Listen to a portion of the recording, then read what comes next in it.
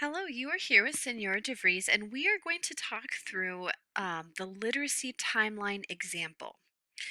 So, I went back from one of my students from last year and I looked through what they had put for each level for their memory.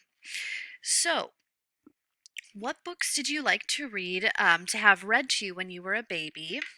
This student put Goodnight Moon and the Going to Bed book. Now, notice that the student listed the author as well as the illustrator, and then the author here as well. And then, what books did you like to have read to you when you were a young child? This student put Brown Bear, What Do You See?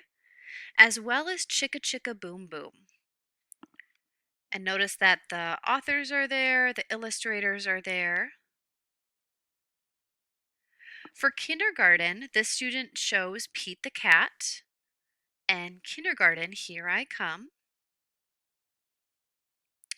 And the books for first grade, The Rainbow Fish and The Night Before First Grade. And the books for second grade, Interrupting Chicken, A Bad Case of the Stripes. What books did you like to read in third grade? El Defo, and then the Babysitter's Club series.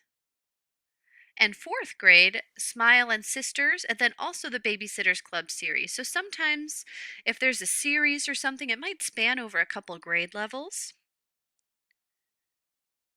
And then what books did you enjoy reading in fifth grade? Fuzzy Mud and Wonder. And then what books would you like to read in the future? The student put Guts and the TBH series.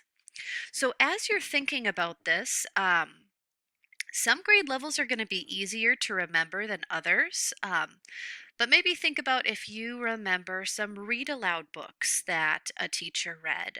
You can ask some classmates, what books do they remember reading? You can do a Google search, popular children's books, and then see if you remember reading any of those books and try and put it to a grade level. So this is an example. Notice the titles are here, the authors and illustrators are here. So this is what you need to work on. And let me know if you have any questions, and I'm happy to help you. Thanks. Bye.